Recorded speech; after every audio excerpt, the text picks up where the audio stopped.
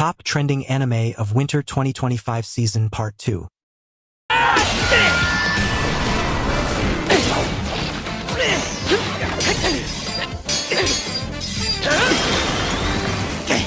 show does not have to be brilliant to be enjoyable. The Red Ranger becomes an adventurer in another world, does not excel in any particular area. The action is mostly just okay, and the characters lean heavily into tropes while being endearing enough to be worth watching for 12 episodes. The story moves along quickly and avoids overstaying its welcome, but it does not leave a lasting impression by any means. As far as isekai anime are concerned, Red Ranger is inoffensive. As a parody of Sentai stories that throws in otherworldly shenanigans for good measure, Red Ranger is an absolute blast and a glorious love letter to that genre. Tugo, the eponymous ranger, falls headfirst into a new world, and he decides to continue being a hero. However, his power depends on his bonds, so he quickly forms a party with 3 characters who are all bemused by his powers. Red Ranger is at its best when focusing on humor, which it wisely prioritizes. 第二聖剣ドラグランス来い絆ベースト伴奏合体マキシマム絆カイザ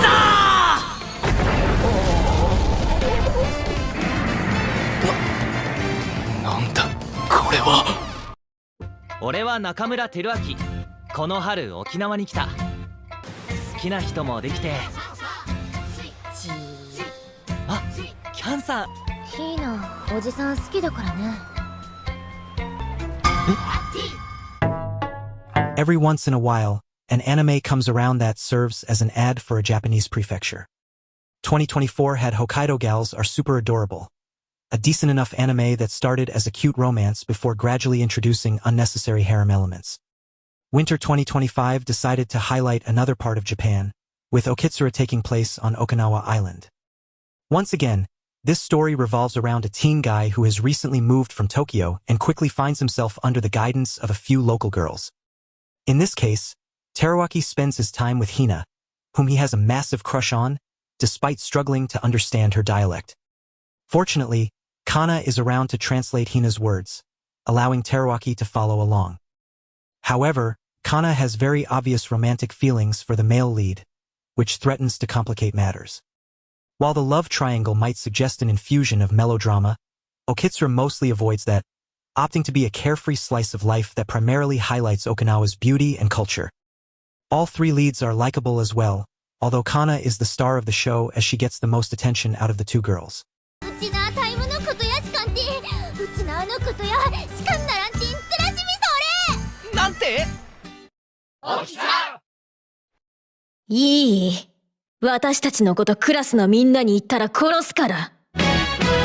Okay, here is a Winter 2025 anime that is the definition of polarizing. For some, I'm Getting Married to a Girl I Hate in My Class was one of the season's funniest shows. For others, it was the most frustrating. Akane and Saito hate each other, so they are not thrilled when their grandparents force them to marry and live together. Keeping their situation a secret at school, they try to just stay out of each other's way, which proves pretty difficult. As they spend more time together, they grow gradually closer. In the meantime, Akane's best friend has a crush on Saito. I'm Getting Married to a Girl I Hate in My Class characters are a lot. Akane's Tsundere dial is almost constantly turned up to 11, causing many scenes to erupt into yelps of embarrassed anger. Annoying as this can be, Hinaki Yano's voice acting is so fantastic that Akane can be downright hilarious, depending on whether her personality meets a viewer's preferences. サイトも一緒にやるな結婚でも何でもしてやるわよでも好きとかそういうのじゃないから全然違うから中3の冬レモンソーダみたいだって思った刺激物あの時のこと覚えてるはずないでも私にはあれが全てで There is nothing wrong with sticking to an established formula, as long as it is executed well. For better or worse, Honeylemon Soda is a prototypical shoujo romance, including a shy female lead who falls head over heels for a cool male protagonist who helps her come out of her shell. This dynamic worked for Kimi and I Tadok, and it mostly works for Honeylemon Soda.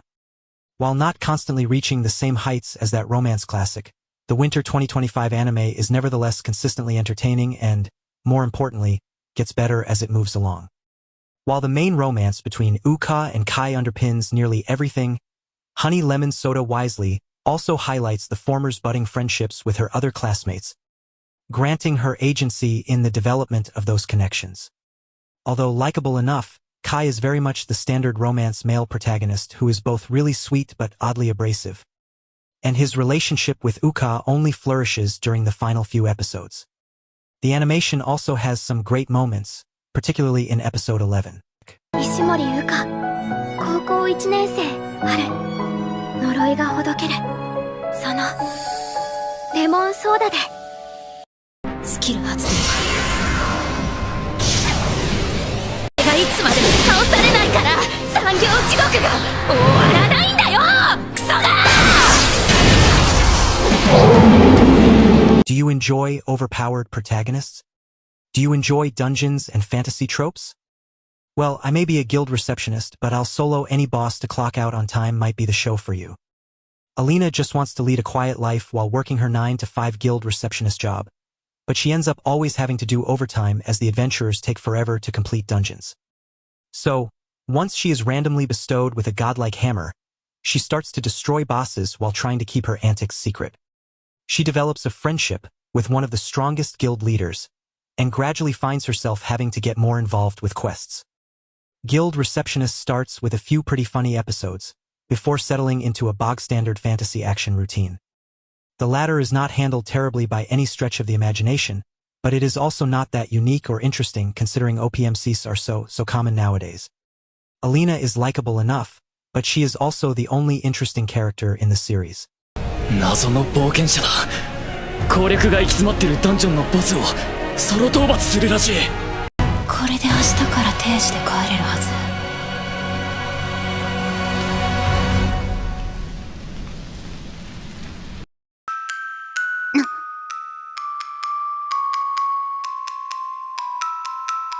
ようこそ黄昏ホテルへ Tesokare Hotel was one of Winter 2025's nicer surprises, and it is fairly accessible due to being available on YouTube's Its Anime channel. Based on a game, the concept revolves around a hotel that is somewhat similar to Limbo, and its clientele are people who have recently died or are on the verge of death.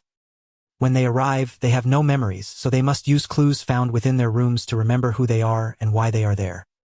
Tesokare Hotel is kind of reminiscent of Death Parade, with each episode following the staff as they handle a new visitor. Their stories are gradually revealed, and happy endings are not guaranteed. While decent from the start, the anime picks up significant steam when Masaki is introduced in episode 3, as he injects a touch of chaos into proceedings. After that, the anime delivers engaging episodic mysteries that occasionally sprinkle in tidbits about the hotel or the staff. However, the latter could be a bit more prominent, especially since the recurring characters are generally more interesting than the guests.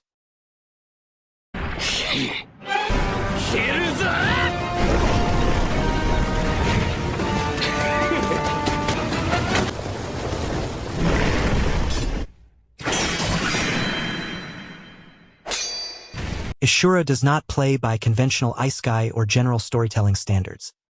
Season 1 dedicated its first 5 episodes to introducing a dozen characters through short half-episode vignettes, all to set up a war that would dominate the second half of the core. Any viewer who survived the confusing early chapters was eventually treated to a constant stream of intense fights that were enhanced by the show's lack of a traditional protagonist, meaning nearly anyone could die. Season 2 follows a similar format, albeit a touch more streamlined and focused. Rather than revolving around an impending war, Ishura has dedicated its attention to an approaching calamity, while also setting the stage for a future tournament that might not end up happening during this season. The story is still relatively difficult to follow, and the world building is interesting but muddled, but none of that matters as the action sequences are once again great. The anime just wants to let fun OP archetypes duke it out in epic battles, and it delivers on that front.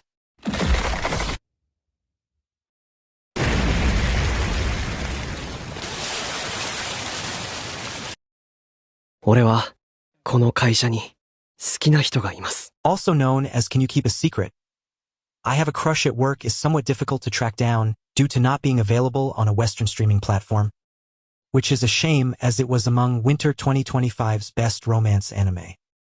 The premise is simple. Yui and Masugu are co-workers who want to keep their romantic relationship a secret at the office.